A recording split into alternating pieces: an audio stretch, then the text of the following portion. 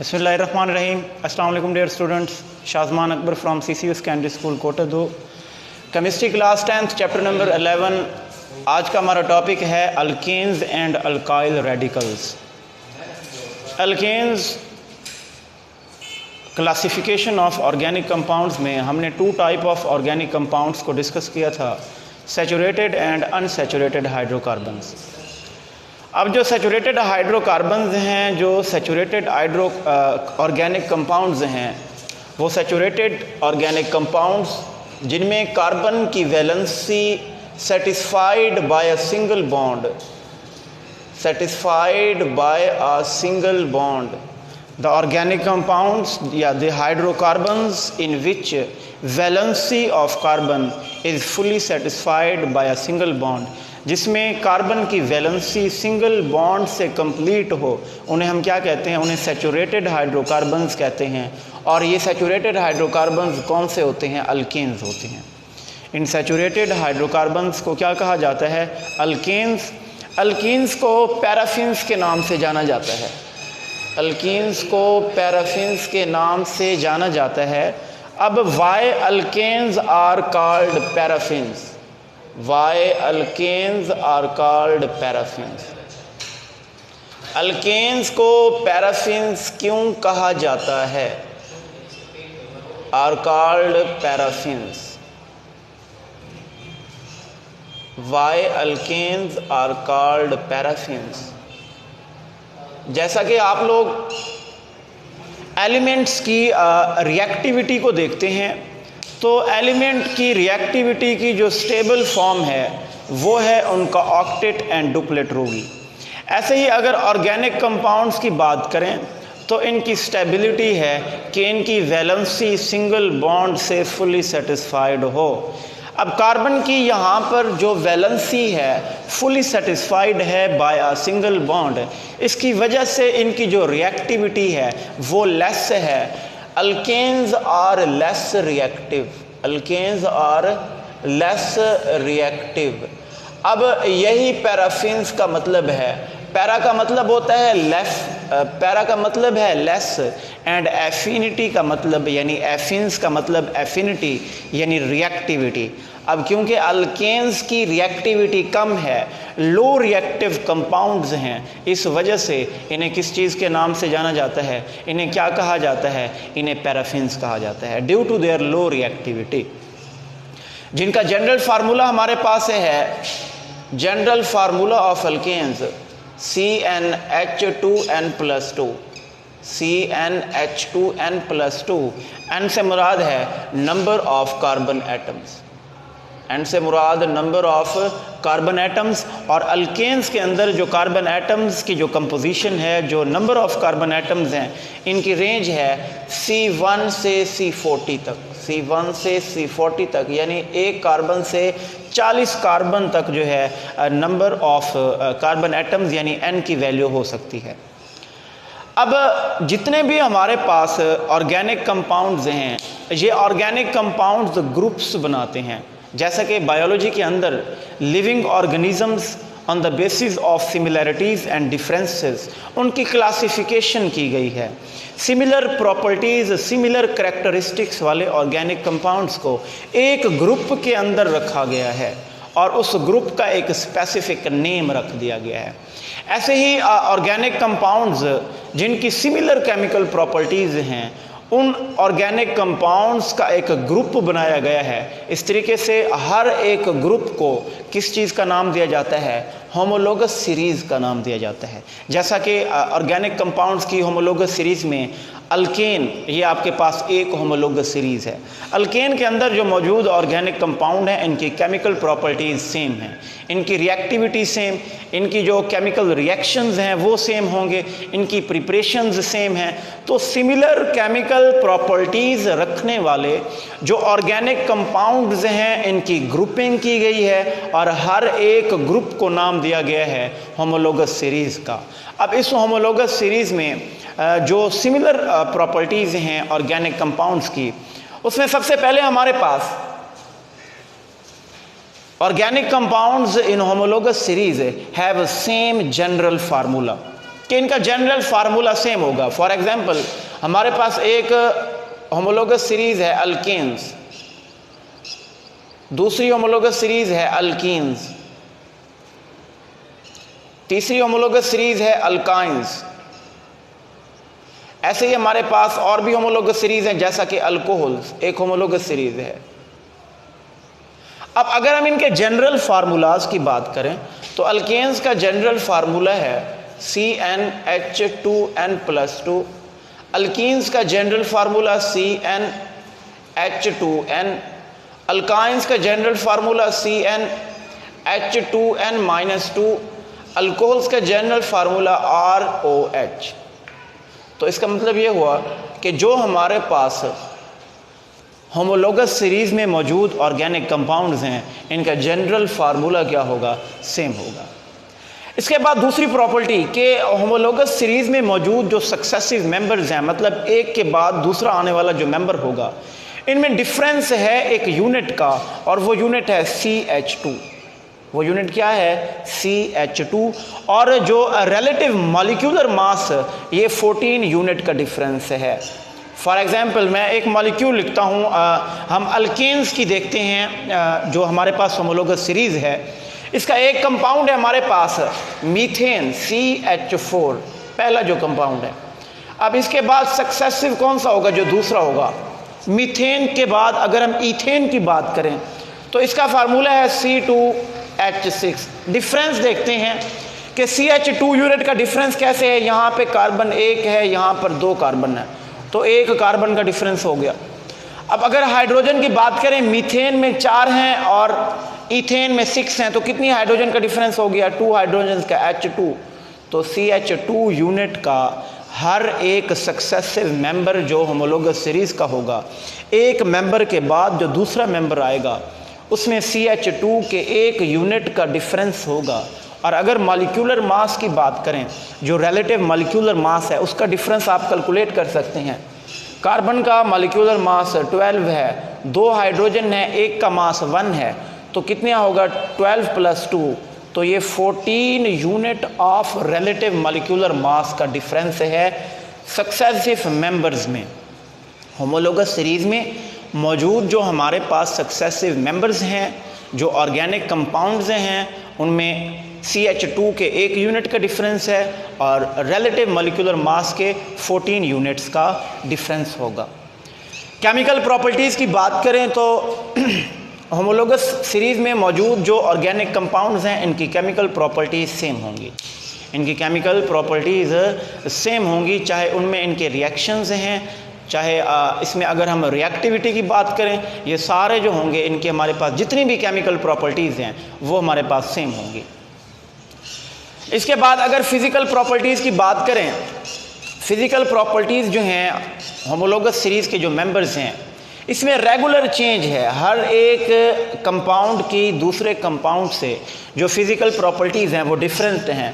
Physical properties में अगर हम बात करें तो अगर हम मेल्टिंग और बॉइलिंग पॉइंट्स को देखें, melting and boiling points, melting and boiling points की अगर हम बात करते हैं तो मेल्टिंग एंड बॉइलिंग पॉइंट्स जो हैं डाउन द ग्रुप जो होमोलोगस सीरीज़ है, कि होमोलोगस सीरीज़ में जैसे जैसे मॉलिक्यूलर मास बढ़ता जाएगा, मेल्टिंग और बॉइलिंग पॉइंट्स में इजाफा होगा।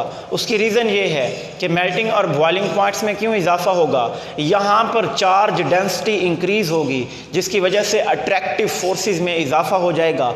मॉलिक्यूलर के मास के बढ़ने के साथ अट्रैक्टिव फोर्सेस स्ट्रॉन्ग होंगी। इनके स्ट्रॉन्ग होने के साथ साथ आप लोगों के पास मेल्टिंग और बॉइलिंग पॉइंट्स जो हैं ये इंक्रीज़ होंगे। अब अगर मीथेन की बात करें, इसके मेल्टिंग और बॉइलिंग पॉइंट ईथेन की निस्बत लो होंगे। ऐसे ही अगर हम प्रोपेन की बात करें तो ईथेन से प्रोपेन के मेल्टिंग और बॉइलिंग पॉइंट ज़्यादा होंगे। क्यों? क्योंकि मॉलिक्यूलर मास जो है वो इंक्रीज़ हो रहा है। इसके बाद मेथड्स ऑफ प्रिपरेशन है, general methods of preparation. Alkanes में सिमिलर मेथड्स हैं प्रिपरेशन के, जितने भी अल्केन्स हैं, जिसमें अगर हम बात करें मेथड्स ऑफ प्रिपरेशन में, आप लोगों के पास हाइड्रोजिनेशन एक मेथड है प्रिपरेशन का, प्रिपरेशन ऑफ अल्केन का। ऐसे ही एक और मेथड है जिसमें हम बात करते हैं reduction of alkyl halides, reduction of alkyl halides, ये मेथड्स हैं प्रिपरेशन के, जनरल मेथड्स हैं। अगर अल्केन्स की प्रिपरेशन करेंगे तो ये दो जनरल मेथड्स जो बेसिक अडॉप्ट किए जाते हैं, मीथेन है, इथेन है, प्रोपेन है, ब्यूटेन है, जितने भी हमारे पास अल्केन्स हैं, जितने भी इस होमोलोगस सीरीज़ के मेंबर्स हैं, अगर हम इनको प्रिपेयर करना चाहते हैं तो इनके सिमिलर मेथड्स होंगे, इनके एक ही मेथड होंगे। ऐसे ही अगर हम बात करें अल्केन्स की तो इनके भी सिमिलर मेथड्स होंगे प्रिपरेशन के। अल्काइंस की बात करें तो इनके भी सिमिलर मेथड्स होंगे प्रिपरेशन के। तो ये हमारे पास होमोलोगस सीरीज़ की प्रॉपर्टीज़ हो गई, कैरेक्टरिस्टिक्स हो गई। अब हम बात करते हैं अल्काइल रेडिकल्स की कि अल्काइल रेडिकल्स क्या हैं। अल्काइल रेडिकल्स को कहा जाता है डेरिवेटिव्स ऑफ अल्केन्स। डेरिवेटिव्स हैं अल्केन्स के कि इन्हें अल्केन्स से डिराइव किया जाता है। अब अल्केन्स से कैसे डिराइव करते हैं, अल्केन्स से कैसे अखज़ करते हैं? फॉर एग्जांपल मेरे पास एक अल्केन है CH4, CH4 जिसका नाम है मीथेन, CH4 मीथेन इसका नाम है। अगर हम इसका स्ट्रक्चरल फार्मूला लिखें तो कार्बन के साथ 4 हाइड्रोजन बॉन्डेड है, ये है हमारे पास मीथेन। अब ये एक अल्केन है, अल्केन से कैसे हमने डिराइव करना है अल्काइल रेडिकल को? हम अल्केन के किसी भी एक हाइड्रोजन को अगर रिमूव करते हैं, फॉर एग्जांपल मैंने ये हाइड्रोजन रिमूव कर दी, मैं ये हाइड्रोजन भी रिमूव कर सकता हूं, कोई भी हाइड्रोजन रिमूव कर सकते हैं। तो अगर अल्केन की किसी एक हाइड्रोजन को रिमूव कर दिया जाए तो वो अल्केन चेंज हो जाएगा, वो अल्केन कन्वर्ट हो जाएगा अल्काइल रेडिकल में। किस चीज़ में कन्वर्ट हो जाएगा? अल्काइल रेडिकल में। तो इस तरीके से अल्केन यानी मीथेन का जो अल्काइल रेडिकल होगा ये होगा CH3, यानी after the removal of 1 hydrogen from alkane, कि जब अल्केन में से एक हाइड्रोजन रिमूव करेंगे तो उसके नतीजे में क्या बनेगा? उसके नतीजे में हमारे पास अल्काइल रेडिकल हासिल होगा। अब इसकी सैम्पल क्या है? इसे रिप्रेजेंट किया जाता है R, कैपिटल R के साथ। और इसका जो है हम नेम कैसे लिखेंगे? जैसे हमारे पास एक पहला अल्केन है मीथेन, मीथेन एक पहला अल्केन है। जब अल्केन का अल्काइल रेडिकल हम बनाते हैं तो उस अल्केन का लास्ट में जो एन है उसको रिमूव करने के बाद क्या लिखते हैं? वाइल वहाँ पर ऐड करते हैं। इस तरीके से जो मीथेन होगा जब हम उसमें से एक हाइड्रोजन रिमूव कर देंगे वो किस चीज़ में कन्वर्ट हो जाएगा? मिथाइल में। किस चीज़ में कन्वर्ट हो जाएगा? मिथाइल में। मीथेन का एन रिमूव करके हमने वाइल लगाया है तो ये किस चीज़ में कन्वर्ट हो गया? मिथाइल। तो इस तरीके से हम क्या करते हैं? नेमिंग करते हैं अल्काइल रेडिकल्स की। अल्काइल रेडिकल्स क्या हैं? डेरिवेटिव्स हैं अल्केन्स के। फॉर्मेशन कैसे हो रही है कि हमने अल्केन में से जब एक हाइड्रोजन को रिमूव कर दिया तो अल्काइल रेडिकल जो है हमें हासिल हुआ है। रिप्रेजेंट इसकी सैम्पल क्या है? कैपिटल R से रिप्रेजेंट करते हैं। और नेमिंग इन्हें कैसे देते हैं कि अल्केन का एन रिमूव करके हमने वाइल वहाँ पर रिप्लेस करना होता है। तो इस तरीके से ये इनकी नेमिंग है। और अगर हम जनरल फार्मूले की बात करें तो जो इनका जनरल फार्मूला है वो है CnH2n+1, general formula of alkyl radical. Example देखते हैं। मीथेन के हमने एग्जाम्पल देख ली कि मीथेन से मिथाइल कैसे बना। ऐसे ही अगर हम इथेन की बात करें, इथेन जिसका हमारे पास फार्मूला है C2H6, यहाँ से हम एक हाइड्रोजन रिमूव करते हैं तो ये कन्वर्ट होगा C2H5 में। हाइड्रोजन कार्बन का एक बॉन्ड जो है ये फ्री हो जाएगा। आप ये सिंगल बॉन्ड यहाँ पे भी लगा सकते हैं, इस साइड पर भी लगा सकते हैं। अब इसका नेम हम कैसे देंगे? इथेन का हमने एन रिमूव करके क्या लगाना है? वाइल लगाना है। तो ये इथेन से क्या बनेगा? इथाइल। इथेन से इथाइल बन गया। ऐसे ही अगर हम 3 कार्बन वाले अल्केन की बात करें जिसका नेम है प्रोपेन, अगर हम प्रोपेन की बात करते हैं जिसका हमारे पास जनरल फार्मूला है C3H8, यहाँ से अगर हम एक हाइड्रोजन रिमूव करें तो क्या बनेगा? C3H7। C3H7 एक बॉन्ड इसका फ्री होगा जहाँ से हमने हाइड्रोजन को रिमूव किया है। अब इसका नेम प्रोपेन से क्या बनेगा? प्रोपाइल। प्रोपेन से प्रोपाइल में कन्वर्ट हो गया। ऐसे ही अगर हम 4 कार्बन वाले की बात करें जिसका नेम है ब्यूटेन, 4 कार्बन वाला हमारे पास एक कंपाउंड है ब्यूटेन, फार्मूला C4H10, C4H10 यानी CH2 यूनिट का जो है वो कॉन्टिन्यूसली डिफरेंस आ रहा है। अब हमने इसको कैसे कन्वर्ट करना है, अल्काइल रेडिकल में एक हाइड्रोजन रिमूव कर देना है, C4H9 हो जाएगा, एक बॉन्ड फ्री जहां से हाइड्रोजन हमने रिमूव किया है। नेम क्या होगा, ब्यूटेन से किस चीज़ में कन्वर्ट हो गया, ब्यूटाइल में। ब्यूटेन से किस चीज़ में कन्वर्ट हुआ है, ब्यूटाइल में। ऐसे ही अगर हम 5 कार्बन वाले की बात करते हैं जिसका नेम है पेंटेन, पेंटेन की अगर हम बात करें तो पेंटेन में हमारे पास फार्मूला क्या है, C5H12, क्या बनेगा इसका, C5H11, एक हाइड्रोजन रिमूव कर दिया। नेम क्या होगा, पेंटेन से पेंटाइल, पेंटेन से पेंटाइल। ऐसे हमारे पास 6 कार्बन वाला जिसका नेम है हेक्सेन, फार्मूला इसका क्या होगा, C6H14, C6H14, एक हाइड्रोजन रिमूव कर दिया जाए तो ये क्या हो जाएगा, C6H13, अल्काइल रेडिकल बन गया। नेम क्या होगा, हेक्साइल, नेम क्या होगा, हेक्साइल। ऐसे ही पेंटेन से पेंटाइल, ऑक्टेन से ऑक्टाइल, नोनेन से नोनाइल और डिकेन से डिकाइल। अगर हम डिकेन की बात करें, डिकेन एक अल्केन है जिसका जनरल फार्मूला हमने जब वैल्यू पुट की तो इसका फार्मूला हो गया C10H22। अब यहाँ से आप एक हाइड्रोजन रिमूव करेंगे तो C10H21 आएगा, एक बॉन्ड फ्री जहाँ से हाइड्रोजन रिमूव हुआ है, और इसका नेम क्या होगा, डिकेन से डिकाइल। इस तरीके से हम क्या करते हैं, फॉर्मेशन ऑफ अल्काइल रेडिकल्स को फॉर्म करते हैं। इंपॉर्टेंट शॉर्ट क्वेश्चन जो मोस्टली जो हैं पूछे जाते हैं, radicals of propane and radicals of butane या ब्यूटाइल रेडिकल्स की अगर हम बात करें, ब्यूटाइल रेडिकल्स। अब प्रोपेन की बात करें तो प्रोपेन अगर स्ट्रेट चेन में हो, ये हमारे पास प्रोपेन है, अगर हम ब्रांच्ड में इसे करते हैं तो ये आइसोप्रोपेन हो जाएगा। क्या हो जाएगा, आइसोप्रोपेन। हमने प्रोपेन के जो है अल्काइल रेडिकल्स देखने हैं।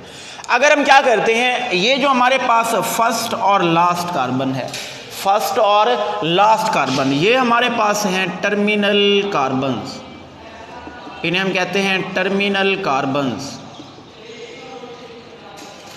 और ये है हमारे पास सेंट्रल कार्बन, सेंट्रल कार्बन। अगर हम इन दोनों में से किसी एक कार्बन में से हाइड्रोजन को रिमूव करते हैं, यानी अगर हम प्रोपेन की टर्मिनल कार्बन में से हाइड्रोजन को रिमूव करते हैं, आप यहाँ से भी रिमूव कर सकते हैं एक हाइड्रोजन, यहाँ से भी रिमूव कर सकते हैं। टर्मिनल का मतलब है किनारों वाली। आप किसी एक कार्बन में से भी हाइड्रोजन यहाँ से आप रिमूव करना चाहें तो आपकी मर्जी, यहाँ से रिमूव करते हैं तो आपकी मर्जी।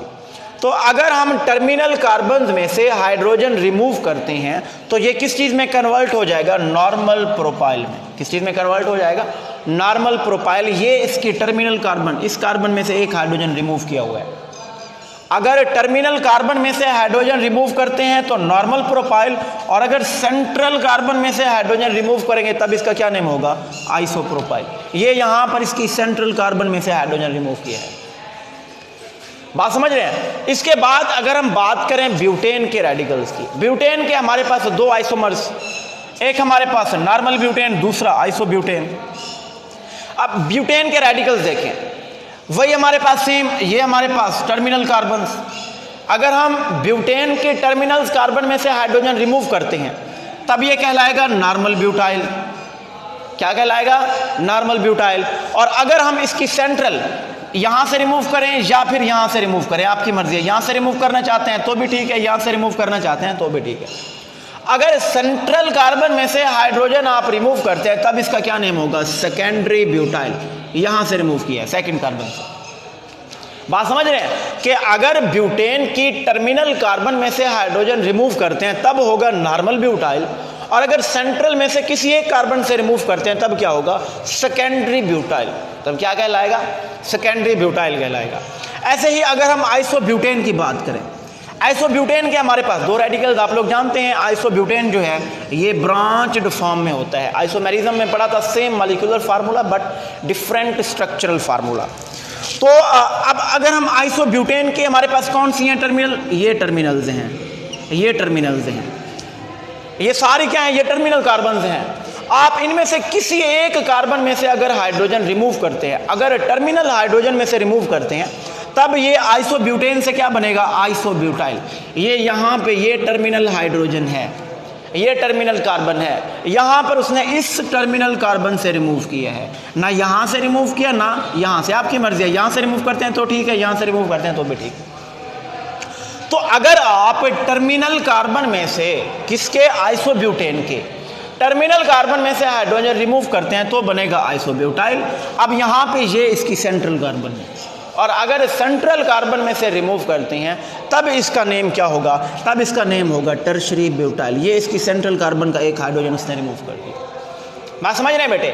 तो ये हमारे पास आज का जो हमारा टॉपिक था, जिसमें हमने अल्केन एंड अल्काइल रेडिकल्स को डिस्कस किया, अल्केन्स के बारे में होमोलोगस सीरीज, उसकी कुछ करैक्टरिस्टिक्स को देखा, अल्काइल रेडिकल्स और इनकी फॉर्मेशन विद एग्जांपल्स। यहाँ तक बेटा इसे अच्छे तरीके से प्रिपेयर कीजिएगा। Wish you best of luck. Allah हाफिज़।